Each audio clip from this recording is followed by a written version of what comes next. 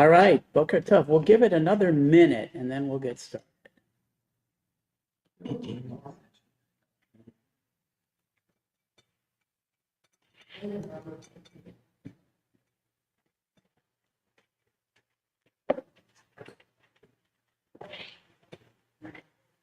Boker Tov, Asher Chaim.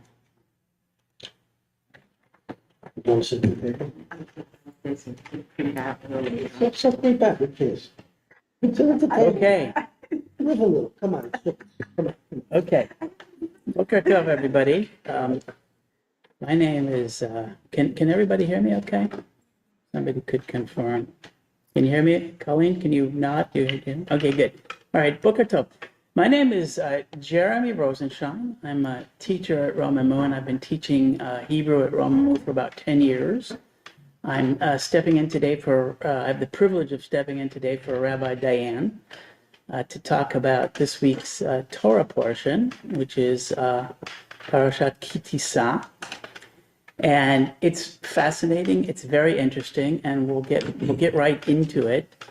Before we do that, we'll just say quickly the blessing for studying, and I'll say that. Baruch atah Adonai Eloheinu melech haolam, asher kitshanu b'mitzvotav v'tzivanu la'asok b'divrei Torah. Amen.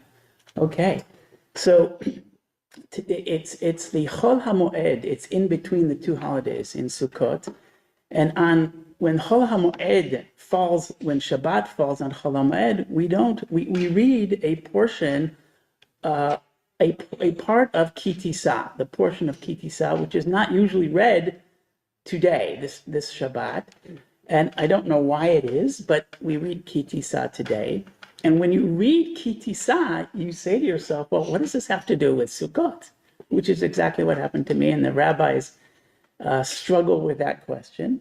And what we'll see today, hopefully, is that it has a lot to do with Sukkot, but the answer is really quite hidden.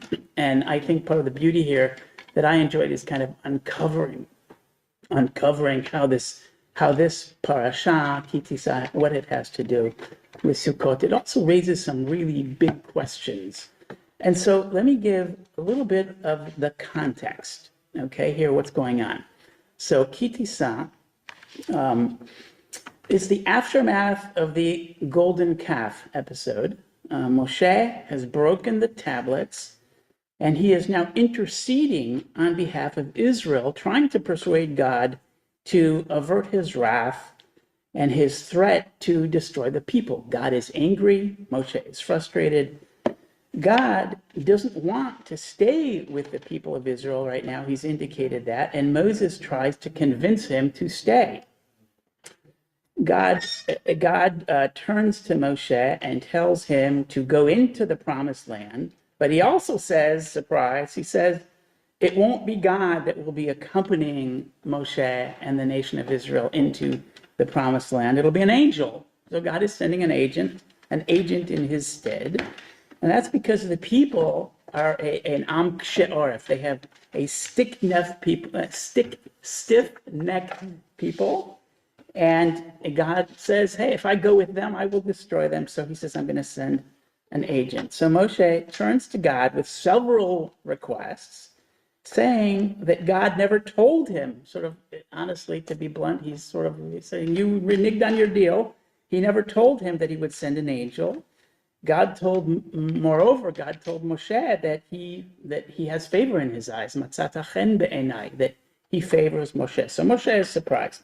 So Moshe starts asking God a few things, like 3 or 4 things. And he says, first of all, I want to understand his ways. I want to understand your ways. How are you thinking? What is your approach to understand how God runs the world? What's right in God's eyes and what's wrong? How does God operate? So Moshe needs to know this stuff so that he knows how to lead. Moshe goes on and asks God to be there for himself, in spite of the fact that God already said that he would, and this is interesting in the Parsha. So God initially says, okay, I'll be there, but in spite of that, Moshe keeps asking, and the request comes several times. He asks over and over again, which really is interesting, and Moshe asks in several ways, sort of, in my mind, indicating mistrust. It's sort of like your parent says, I'll come to your soccer game, and the kid says, well, what time will you be there? And will you be there? Don't be late. And are you sure you'll be there? And anyways, there's this very interesting dialogue between Moshe and God where Moshe is really kind of pushing and wanting to know more. Moshe says, show me your presence. And God will say, and this is the key, God says, you will see my goodness pass before you, but you cannot see my face. God goes on and tells Moshe to position himself under a cleft of a rock, like a covering under a rock, and that he will shield Moshe with his hand until God passes through. Then God says, then I will take my hand away and you will see only my back, but not my face. And then God goes on to tell Moshe to go up to the mountain and carve out new tablets. Okay, so what we're going to do now, I want to read, we're going to start reading, and hopefully you can see this text on the screen. So why are we here? We're here, first of all, because of, as it says in Leviticus 23, 42, 43, and this is the part that pertains to Sukkot, okay? So this is why we're here. We're sitting in the Sukkot. This is why we're here. You shall live in booths 7 days. All citizens in Israel shall live in booths in order that future generations may know that I made the Israelite people live in booths when I brought them out of the land of Egypt. That's the concept. That's what we all know. We all know that we sit in the Sukkot to remember the Exodus from Egypt. And then now suddenly we're reading Ki Tisa from Exodus. So what I'm going to go do now, I'm going to read quickly a piece of just some of the English that will sort of, you'll see what I just explained. But the question for this group is to try and figure out, why are we reading this now during Sukkot? Okay. Moses said to Adonai, see, you say to me, lead this people forward, but you have not made known to me, you will send me. But you have not made known to me whom you will send with me. Further, you have said, I have singled you out by name, and you have indeed gained my favor. God said, Moshe says that God had said, now, if I have truly gained your favor, pray, let me know your ways, that I may know you and continue in your favor. Consider too, that this nation is your people. So God is interceding, he's fighting, he's reminding God, this is your people, I want you there, I don't want your agent. And God said, okay, I will go in the lead and will lighten your burden. And he replied, Moshe, so Moshe's coming back, he got the answer he wanted, and he comes back and he says, unless you go in the lead, do not make us leave this place.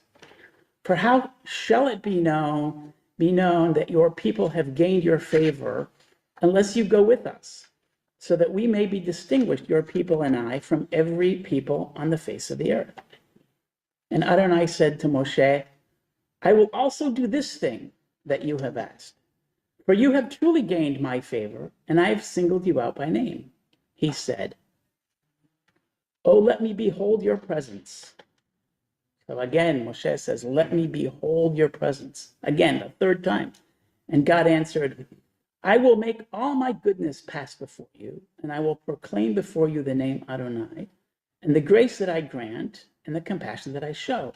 Continuing, and this is the highlighted, says, but you cannot see my face. You cannot see my face, for a human being may not see me and live. And I think there's an importance here. It says, you can't see my face, but then he goes from the particular you to human beings generally, and I think that's really important. Human being may not see me and live. It goes from Moshe to just people in general. And Adonai said, see, there's a place near me. Station yourself on the rock, and as my presence passes by, I will put you in a cleft of the rock and shield you with my hand until I have passed by. Then I will take my hand away, and you will see my back, but my face must not be seen. Adonai said to Moses, carve 2 tablets of stone, like the first, and I will inscribe upon the tablets the words that were on the first tablets, which you shattered. Be ready by morning, and in the morning come up to Mount Sinai and present yourself there to me on the top of the mountain.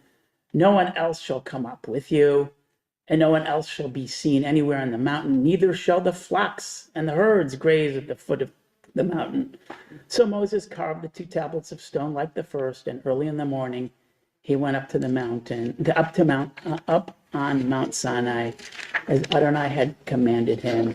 Taking the 2 stone tablets with him, Adonai came down in a cloud and stood with him there, proclaiming the name Adonai. Adonai passed before him and proclaimed, Adonai, a God compassionate and gracious, slow to anger, abounding in kindness and faithfulness, extending kindness to the 1000th generation, forgiving iniquity, transgression, and sin, yet not remitting all punishment. By the way, this is bold because this has made it into our Siddur. This is a nice example of text that has made it into the Siddur. Okay, then I'll stop there. So what I want to do is ask, okay, that's the parsha that we read. Does anybody briefly, very briefly, have any thoughts as to what this has to do with Sukkot? Okay, any thoughts and why we're reading this? And please be very, very brief, is why we're reading this on Sukkot. And we're going to circle back and hopefully find some answers in the text. Anybody want to venture any thoughts? Yes. Yes, I spent 3 years as a tenant on a functioning dairy farm in Wisconsin. And as you bring the crops in, there is always a chance that there's going to be a hailstorm and the whole darn thing will disappear and you have no crop. Okay, we will get to that. I'm going to move on. That's the second part. What I'm asking specifically is in this text, why we just read the story of the new tablets, and God and Moshe pleading, not once and not twice, but 3 times, pleading with God, you have to be there, don't send an angel. And then God says, okay. And then there's this event. He puts him under the cleft, under the rock, and he shows his presence under that rock. So any other thoughts? And we're going to be brief here. Any other thoughts? Anybody want to venture? And I'm not really seeing everybody on the screen. Asher Haim is raising his hand. Asher Haim, go ahead. Thank you. And Yasher Koch already, because to be fair, this is also read on Chol HaMoed Pesach. Absolutely. And the simplest reason is because the holidays are mentioned briefly at the very end of this reading, but you got me hooked. I'm fascinated to anticipate how you're going to connect this specifically to Sukkot. So thank you in advance. Okay, well, coming from you, Asher Haim, that's a big mahma'ah, big compliment. So thank you. Okay, good. Any other, one more shot at what's hidden here? What's in the text? Hello, Okay. can you hear me or no? I'm sorry, who's that? It's Jill. I raised my Go hand. ahead. Go ahead. Okay. So I think that the Sukkah basically is about even when our dwellings are temporary, getting the most protection from God. And this portion is about with extra compassion, et cetera, that we get the most protection from God. So that's the connect for me. I like that, Jill, and we will see in a minute, and we're going to go there. The key word that you use that I really like is the word protection. And this is the bigger issue here. So what I'm going to do now is scroll down to verses 22 and 23. And we'll talk about those. Okay. It's verses 20 to 22. What Moshe is saying here is, listen, I can't go into the land of Israel without you. I need your protection. I need your cover. And to me, that's the beginning of the message of Sukkot. Not just here, but everywhere. I think people in general, people want the cover. They want to know that somebody has, somebody has their back. Okay, so God says yes, says I'll go with you. And here's what he says. in 20,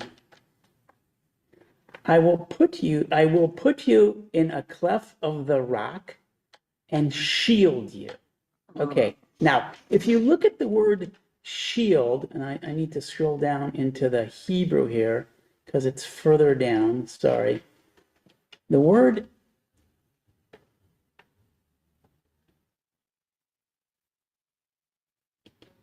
okay, the word shield, it says, V'samticha benikrat hatzur, I will put you under below the rock, Vesakoti.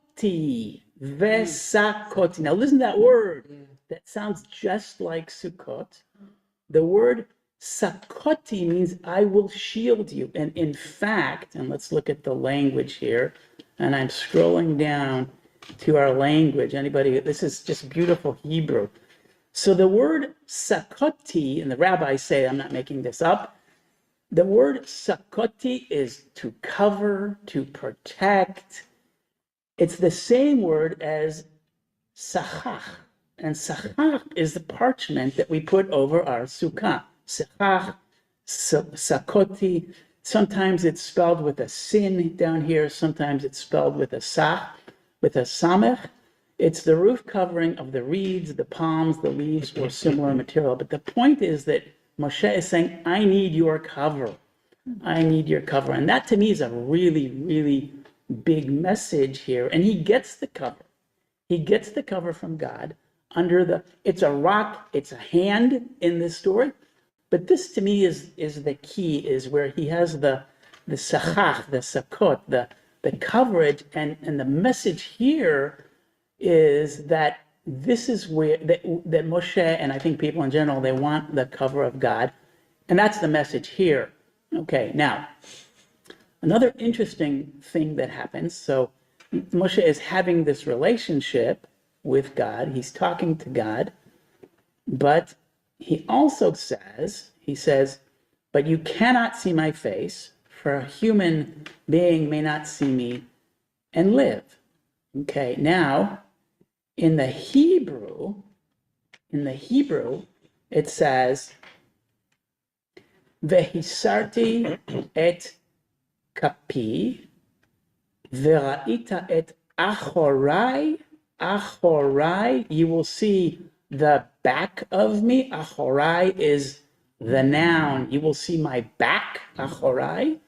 Ufanai lo yerau.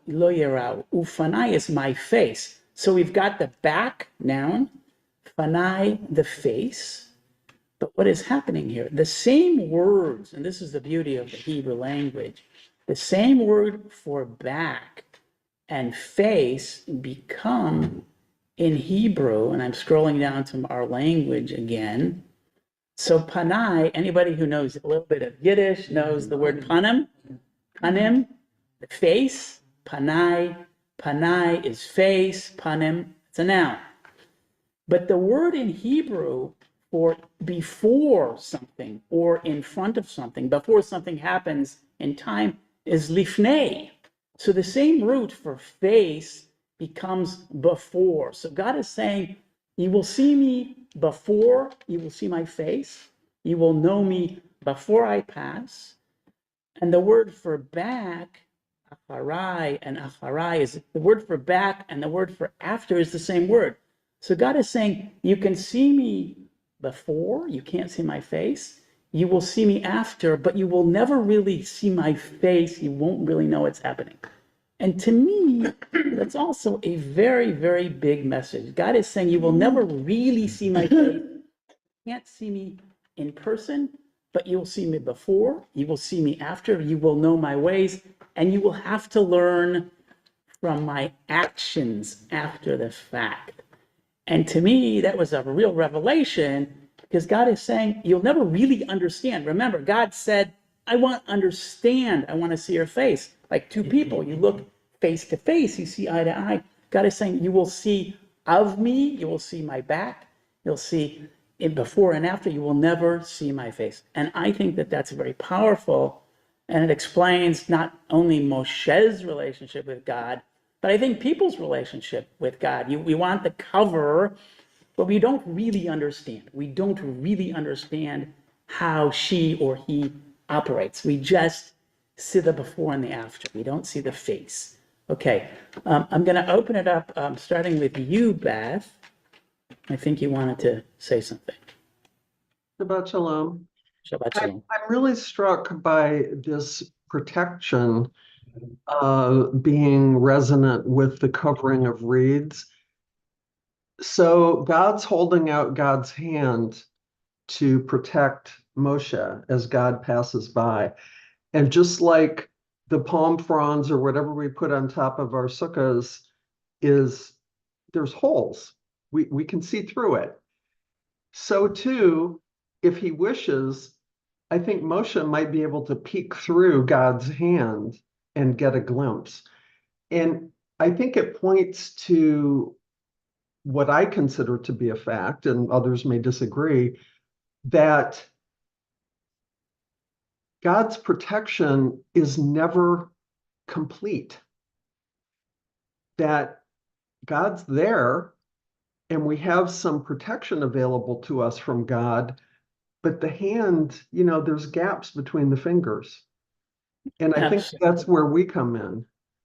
And I'm just struck by that. I don't have anything more to say about that. That's just like something that bubbled up for me. DeBarty. No, I think that I completely agree. I mean, it's sort of, I will say honestly, it's an imperfect protection. It's an imperfect protection.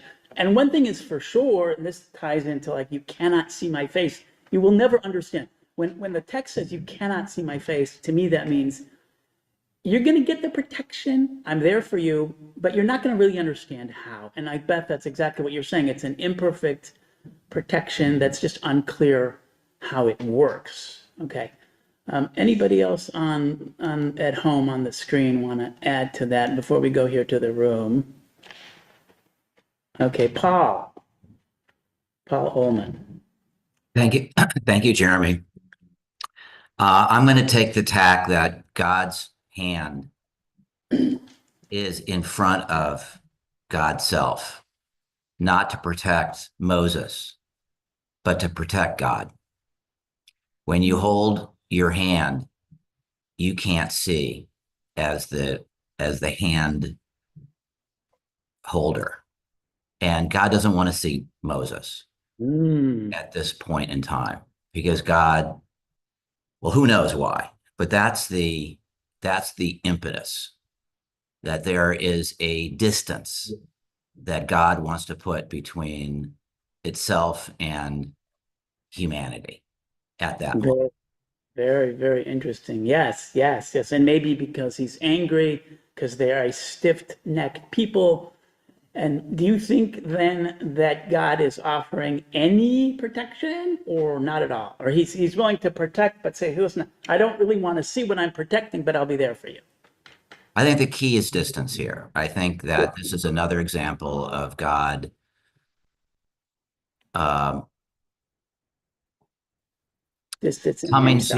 coming to grips with its creation.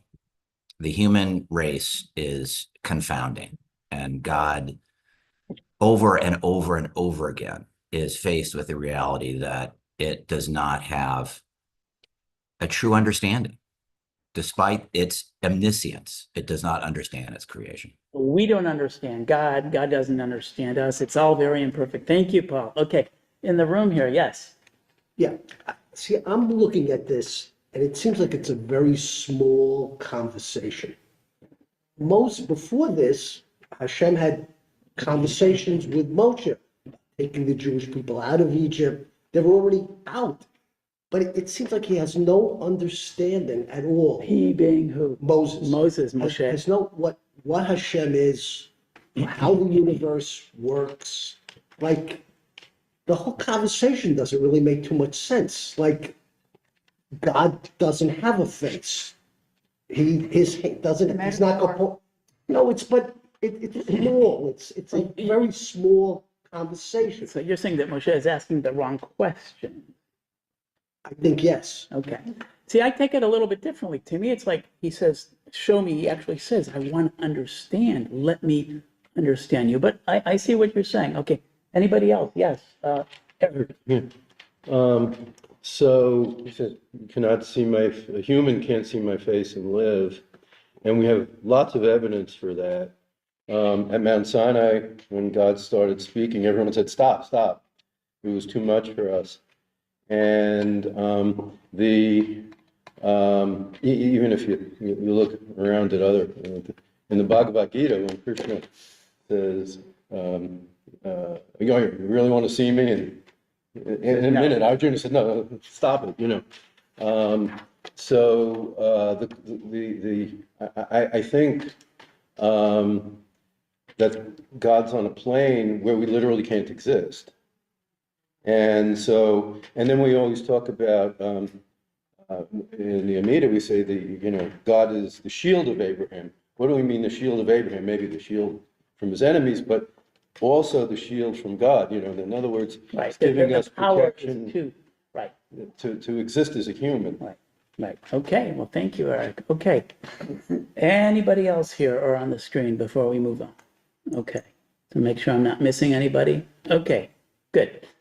So just to summarize this, to me, that's, Asher Chaim, trying to answer your question. To me, that's why this is here. This is here because it's Moshe asking to understand, but realizing that he will never understand.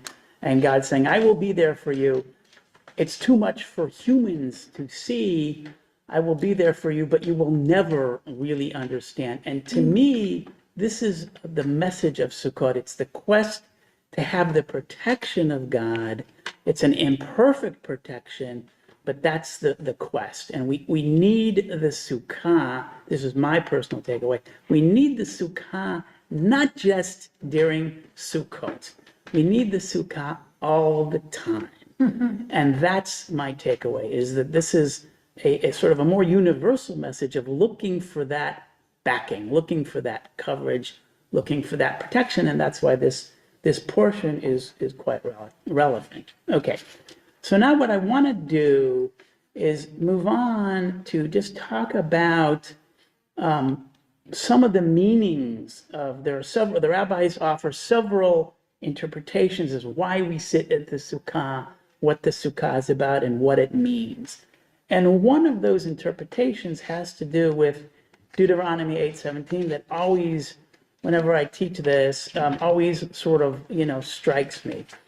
And this is a message, and you say in Deuteronomy 8:17, it says, "And you say to yourselves, my own power and the might of my own hand have won this wealth for me. Ve'amarta bilvavcha kochi ve'otzem yadi asa li et hachayil hazeh." This wealth is because of me. Oftentimes you think this is all my credit. Everything I have is because of me. So several rabbis, and this is taken out of my Jewish learning, this is about using that verse. It's a lesson in humility. The Rashbam, Rabbi Shemuel ben Meir, who lived in France in the 12th century, was one of Rashi's brilliant grandsons and is known for his Talmud and Bible commentaries, and his commentary to the verse from Leviticus. So he's taking Deuteronomy and explaining Leviticus, which is the first verse we read about sitting in the Sukkah. So he's taking those two and he's tying them together. In his commentary to the verse from Leviticus, "Besukot tishvu shiva yamim," you should sit for 7 days, he gives the reason for sitting in the Sukkah. "Why do I command you to do this, to sit in the Sukkah? Do not say in your hearts, my own power, the might of my own hand have won this wealth for me. Remember that it is the Lord your God who gives you the power to get wealth. Therefore, the people leave houses filled with good at the harvest season, and they dwell in Sukkot as a reminder that they had no property in the desert or homes to inhabit. This is why God designated Sukkot at the harvest season, so that a person's heart should not grow haughty because of houses filled with everything good, lest they say, our hands made all this wealth for us." In simple English, Rashbam is saying the Sukkah is a lesson in humility. It comes to prevent the swelled head. God commanded us to sit in the Sukkah precisely at the harvest season when we are congratulating ourselves for our successful harvest and our fancy homes. The humble sukkah reminds us everything you eat and everything you own comes from God. I'll just say one more thing. The Rambam, Maimonides, incidentally combines that reason given by Philo and the Rashbam in his guide to the Perpex Mored Nevochim. He says that sitting in the Sukkah teaches Jews to remember his evil days, his hard days, in his day of prosperity. He will thereby be induced to thank God repeatedly and to lead a modest and humble life. Thus, according to Maimonides, the Sukkah is meant to induce both a feeling of gratitude and humility. So here too, I'd like to just open it up a little bit and just, are there any other thoughts that when you sit in the Sukkah that sort of come to mind that you think about when you sit in the Sukkah along these lines or any others? Anybody have any thoughts other than that? You know, Yeah. the sukkah, If you could speak up a we've little been bit. talking about the sukkah as protection, but it also is so fragile. It's fragile. Fragile. So besides the humility, there's the fragility of the structure and the fragility of our lives that it brings to mind. It's both of those things together, Both protection the fragility, and fragility. as Karen is saying, is that a good thing? Yes, because it makes our living through our days conscious, that you be aware of both gratitude and tenuousness, that our days are numbered. Absolutely. I completely agree. I like that word fragility. I really agree with that. You know, if you're ever sitting out in a sukkah or sleeping in a sukkah and you're cold, to me, it's the great equalizer. You know, all people get cold. It doesn't matter who you are, what your status is, what your wealth is. You're out in the cold and we're all fragile. And that's a great reminder of the fragility. I really like that. Okay. I just want to take one more on the screen. I see that Richard Yaskin. Go ahead, Richard. Yes, thank you. I'm struck by Maimonides' juxtaposition of evil days to the day of prosperity, and it would seem like the natural comparison would be days of being impoverished to prosperity. And I'm wondering why he shifts there to evil days. I'm just wondering if he's hinting at a link between our behavior as doing evil and that we will not have parnasa, will not have prosperity by doing evil, which is why he throws in that descriptor. No, you're right, Richard. I had the same thought. Evil struck me as a tough word, but maybe that's the correlation as you mentioned. So I don't really have a great answer. Thank you for that. Asher Chaim. Perhaps as someone who knew being displaced from his land and wandering, good times are when you live securely in your own home, and evil times are when you are in exile, when you're homeless. Circling back to my own arm achieved this glory. People who live in secure homes with sound roofs in gated communities think nothing can harm them. And the Sukkah is a reminder that no matter where we are, life is fragile. Dibarti. Shamati, thank you. Toda rabah, thank you. Okay, anybody else? Any other thoughts here before we move on? Okay, yes. Well, maybe someone already said this, but this is reminding me of those lines where when you come into the land and you have the fruit of the trees that you didn't plant and the homes that you didn't build and all the things that were there for you. And that certainly goes for homes. How many of us build our own homes?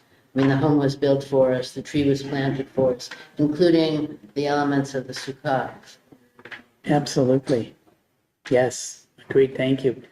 David S. Thank you. This is not really an answer, it's just a reflection. When I was involved in doing some studying in a Catholic environment, a Catholic church, they had the students actually come out and live in cardboard boxes for a night or two in order to feel like what it is like to be homeless. And I like the idea of not having to go to that extreme and live in a cardboard box, but at least have the idea. But it's decorative and it's festive, and it's like joyful as opposed to being that stark. Thank you. Absolutely. And that's, you remind me, that's by way of association. I read somewhere that people who have lived like in shanty huts, I think that's what it's called, just like four sticks and sheets in very dense communities, they're really, really poor. But the level of their happiness, and we're commanded to be happy during Sukkot, their level of happiness is among the highest in the world. You could be wealthy living in your gated tower, your ivory tower, and you're all alone. But the people who, you can be very poor and live in these like flimsy sukkot, but the people are constantly supporting each other and helping each other. And it's that strong sense of community that brings happiness. And to me, when I think of the sukkah, I think of that a lot. Is the fact that like we're all out there, we're struggling together, not that you should aspire to it, but if people are out there supporting each other and they're in there together and there's a strong community, and on Sukkot, we're supposed to invite people in. Again, a very strong sense of community. That's the association that Sukkot reminds me of. Okay, yeah, last one here. I hope it isn't impolite or off the topic, but my grandchild goes to a Catholic-sponsored university, and one day, and I've been telling her about Sukkot, and one day she sent me a photograph that these Catholics, without any explanation, had a sukkah, no decoration whatsoever, no beautification whatsoever. And how wonderful that other people are reading our Bible and using the same images. I felt very close to these people. Good people.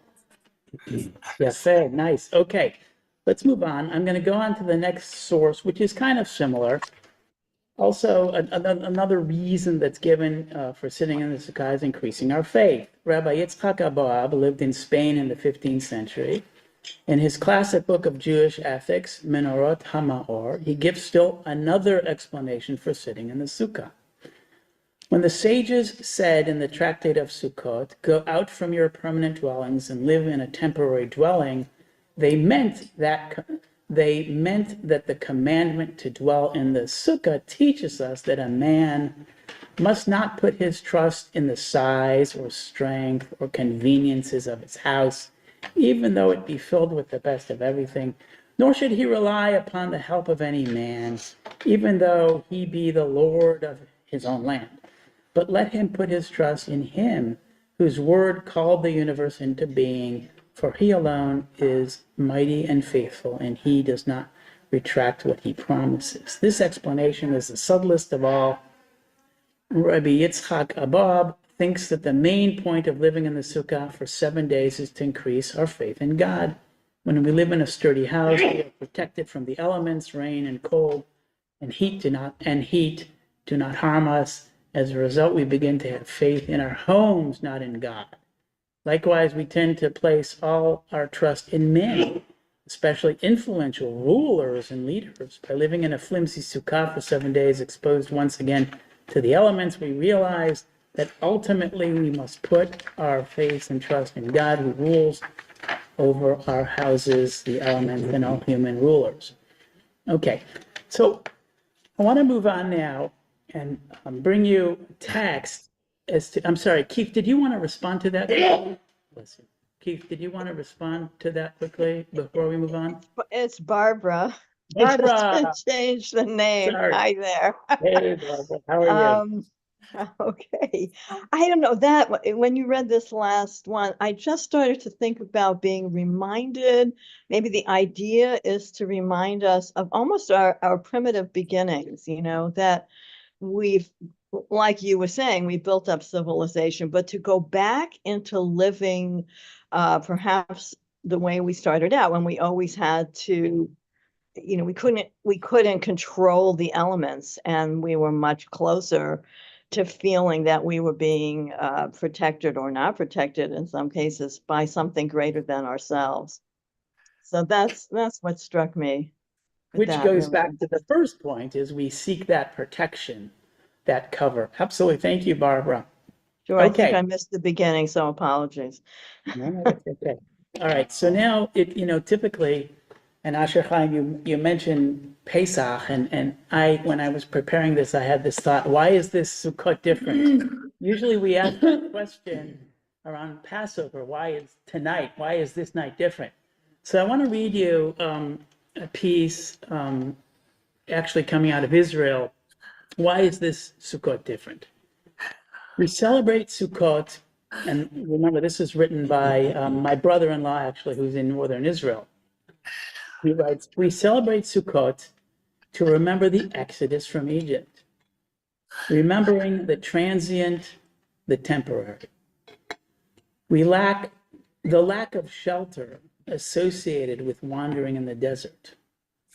We celebrate Sukkot and relocate for a week from our stable home to the Sukkah to remember that our security, our stability, and the roof over our heads should not be taken for granted.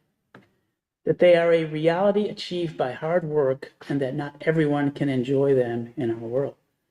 But it's been a year now during which the stable home, the roof over our heads that once seemed to stand forever have been shaken. Even the safe room doesn't make us feel safe. A year of kidnapped prisoners chained to tunnels of terror and of homeless residents scattered throughout Israel. And our souls tremble from fear of missiles. And our despair is growing and hope is elusive. A year during which we have been sitting in a temporary, unstable sukkah. So the analogy is that the home has actually become the sukkah. So now, we must change course. We need to revert for 1 week from the sukkah to our homes.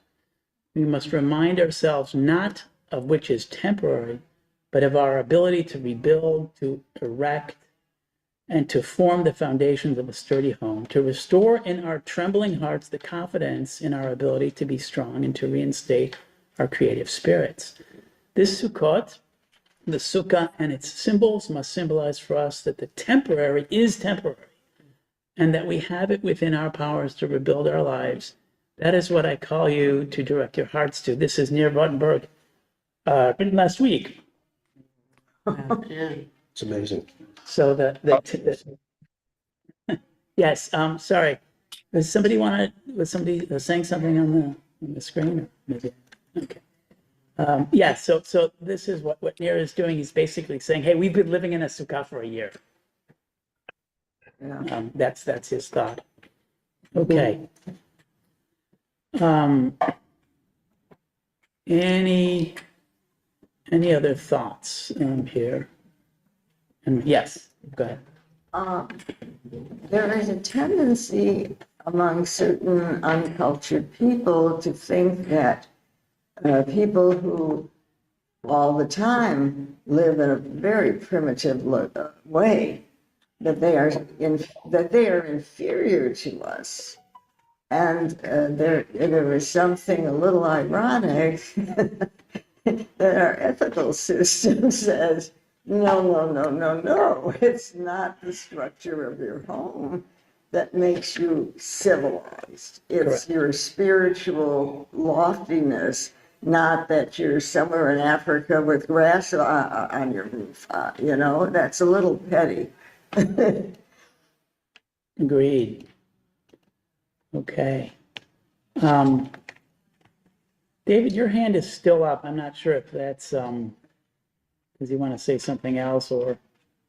Sorry, I forgot to put it down, but I do have a thought, but I don't. Go ahead. The thought simply is that I like the balance of that this is offering us between the temporary, not so stable life. I've actually had a huge amount of housing instability in my life, and then finding stability.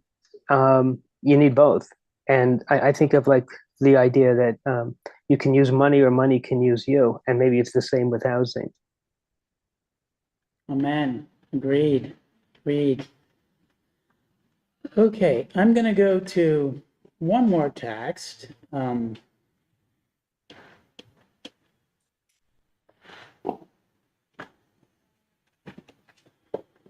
Okay, I was not familiar with this. This is from Sinai to Ethiopia. Shulchan Ha'orit. Shulchan Ha'urit, the halacha of Ethiopian Jewry then and now. And the command to celebrate the holiday of Sukkot, also called Chag HaAsif, when we gather our crops, Asif is to gather in, festival of ingathering, is given in several locations in the Torah. Exodus, Leviticus, Deuteronomy, prophets. So we celebrate the ingathering of the crops. The commandment to build the sukkah is to commemorate the booths that God provided for the Israelites when he took them out of Egypt. The Tana, Rabbi Eliezer, comments that these sukkot were the clouds of glory that protected the Israelites as they were walking in the desert. Then it goes on. We don't need to read the rest, but I have seen texts, and I'd be interested, Asher Chaim, maybe from you, if you care to comment on this, that there is a theory that the sukkah, as originally referenced to, was actually like clouds, the protection, and not a physical sukkah. So I'm curious, Asher Chaim, are you there? Have you heard? Have you anything to add about that? Maybe not. I don't mean to put you on the spot, but the thinking is that the sukkah was actually a cloud cover and not necessarily an actual sukkah. Let me see if we may have lost Asher Chaim. Okay. Okay, good. All right, I'm going to go to our the last thing I want to share with you today, and that is the importance of when I sit in the sukkah, I think of the environment and everything that's happening to our environment. So the 10 days of awe, Rosh Hashanah and Yom Kippur are behind us. As we sit in our sukkot, I wrote this. As we sit in our sukkot and feel the elements upon us, may we not take for granted all the lessons of being out in the sukkah. Being outdoors reminds me of the urgent need to heal our environment back to basics. I want to take this opportunity to share a short prayer that I wrote to heal the environment. As you sit in your sukkah, feel free to use it to say a prayer for the precious environment, which we cannot take for granted. So here's what we'll do. We're going to do this together. What I'm going to do, the first part of this, and we'll teach a little teaching here. The first part we all know, Baruch atah Adonai Eloheinu melech haolam. We all know that. But let's read together the last 4 words. We'll read it, we'll say it once, and then we'll say the blessing. Okay? So, Hanoten, who gives? That means who gives? Hanoten, like Noten HaTorah. Yeah. Excuse me, Noten, Hanoten. He who gives, or she who gives, Hanoten. Yeah. Refuah is refuah. We all know that. Refuah, Hanoten, refuah. Okay, we'll say the third one. Shleima, from the word shalem, whole, complete.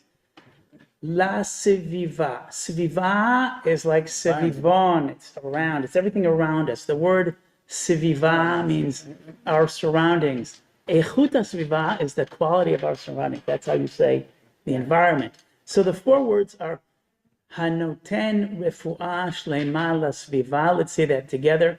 Hanoten Refuah Shlema L'Seviva.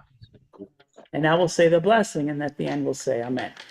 Baruch atah Yah Eloheinu Ruach Haolam.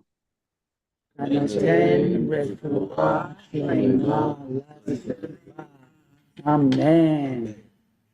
Okay. All right. So we're finishing a little bit early. Does anybody have anything they want to share or say? about this or anything else about Sukkot, now's a good time. Go ahead, Eric. I have a quick question. When we're davening, one of the prayers that we sing over and over and over again is asking God to put us in the sukkah of His protection. Thank you for reminding me. Sim shalom, pros aleinu sukkot shlomecha. Yeah. Lay upon us the sukkah of your peace. Yeah, and so the sukkah being fragile, it seems like it's more like the cloud of God than the sukkah that we actually use. I agree. It's a fragile sukkah. Okay. Yes. Yeah, I just wanted to mention that, like, in Eastern Europe, the sukkah was much more fragile. The weather was horrible. It's like, very rainy, windy. You read Yiddish literature like Bela Shabal, so he writes short stories about the sukkah and how it gets blown away. Or people, Dvorovich just published a story from an Argentinian Jewish author who wrote in Yiddish about how sukkah on the Pampa, or the sukkah gets blown away. Like, you look at the sukkahs nowadays, they're like fancy schmancy. Like, nothing's blown them away. No, I agree. And I again, that to me, that goes back to the fact that the sukkah is an analogy to to other things. It's not just the sukkah remembering the harvest. It's our protection. Asher Chaim, I think your hand is up. First, a technical that we might want to stop the screen share so we get better view of each other. But seeing my friend and teacher Neil in the room reminds me of the other part of the sukkah, which is when we leave our house, we're going out to a place where we see others and others see us. And on this Sukkot, I guess it's more incentive for us to realize that we're not alone in the world, and that eventually our sukkah has to be open to those who live near us, even if today they seem to be implacably our enemies, that we have to see the suffering of all people and build a sukkah that can be sukkot shalom for all of God's people. The Haftarah we read from Zechariah, the first day, about all nations coming up to Jerusalem, is a vision that we can't let go of. That's beautiful, Asher Chaim. Yes, thank you very much. And Sukkot Shalom, it's a sukkah of peace for everybody. Amen. Amen, Asher Chaim. Thank you, Paul. Just to build on that, the fragility that that's the sukkah represents encompasses our faith in God. And just as the golden calf reminds us how easily we can fall out of a relationship with God, so the fragile structure is that reminder as well. And the way that we protect ourselves is through community, by inviting others into the sukkah with us. Absolutely. Beautiful. Totally agree. I see Razel. I hope I'm pronouncing your name. Yes, perfect. Thank you so much for everybody's teaching. I really appreciate it. I live near a wonderful Chabad couple, and I'm curious, they do not decorate their sukkah. They have told me, I was surprised the first year that I went there, and there were no decorations whatsoever. And I asked about it, and he said that they believe that the sukkah is the decoration, and they refrain from decorating it. And I wondered if you could tell me how the decoration started, and because everybody I know, other than the Chabad, loves to decorate it, and with all kinds of things. And if you could tell me how that tradition started, I would appreciate it. So I will say, Razel, I wish I could. I will tell you, I'm not a rabbi. I can guess, I can venture, but we have a gentleman here who has a better answer. Go ahead. There were two Jews in Israel. One looked at the other sukkah. Oh, you think that's a sukkah? I'm going to show you my sukkah. Yeah. So Razel, I don't actually, I'll be honest with you. I'm not a rabbi. I teach Hebrew, I teach Jewish and Hebrew heritage. I don't know the answer to that. I can venture to guess that it has to do, if you're going to be out in the sukkah for that long, then it should be beautiful. It's part of making happy. It's part of commemorating the harvest season. But there may be a better answer than that. I just don't have one, and it's worth looking into. So I apologize for Well, not knowing. Yes, Just as a suggestion, it's a way for everyone who is in the sukkah to to participate. participate. So that even the children can participate in doing something for the sukkah. Absolutely. Okay, anybody else? Yes. Yes. For about 2 years, I've been working on a federal bill, which would bring down not only global warming here in the United States, but global warming everywhere, because global warming is global. And I was looking around for a prayer, because at the end of the national elections, I have permission to present the bill to us. And Jerry, I would love to start with your prayer that you invented and give you full credit, because the only thing I had to quote was a welcoming speech from an Episcopal minister, which was a little inappropriate. So I would like to quote you, and the same with Asher Hayim, what you were saying about the universality of us all. And I know Asher Hayim a little tiny bit. I'm starting to know you, Jerry, but I'm assuming I can give you my email. Absolutely, I and we will can send this to you. refine it. It would be a beautiful way to start a dry look at a bill Absolutely. and the chemistry of it. Who Thank cares? you. I will, Except for those of us who like chemistry. absolutely. I will translate this to English and send it to you, which it literally means who gives full healing to the environment. I will Oh, my translate that to you goodness. and Beautiful, send that to you. beautiful. Okay. Asher Hayim, I know you, so I'm expecting literature, email from you. And you have saved the day, both of you. Okay, Brenda. Brenda, you're on mute Yes. still. I just, this was beautiful. I loved everybody's contributions, listening at things from so many different sides and angles, and wonderful. Thank you. Now, I don't know if I can formulate what I'm trying to say, because it's, I don't know, it's pretty big, but it starts with the first part that you read about God hiding his face from Moses. And so I was thinking about that in terms of, our lives and everything, and that we don't understand, and we never can understand all the complexities of life, all the fragility, all the, we don't understand death. We don't understand, terrible hurricanes and natural disasters and things. We don't understand this life that we've been given.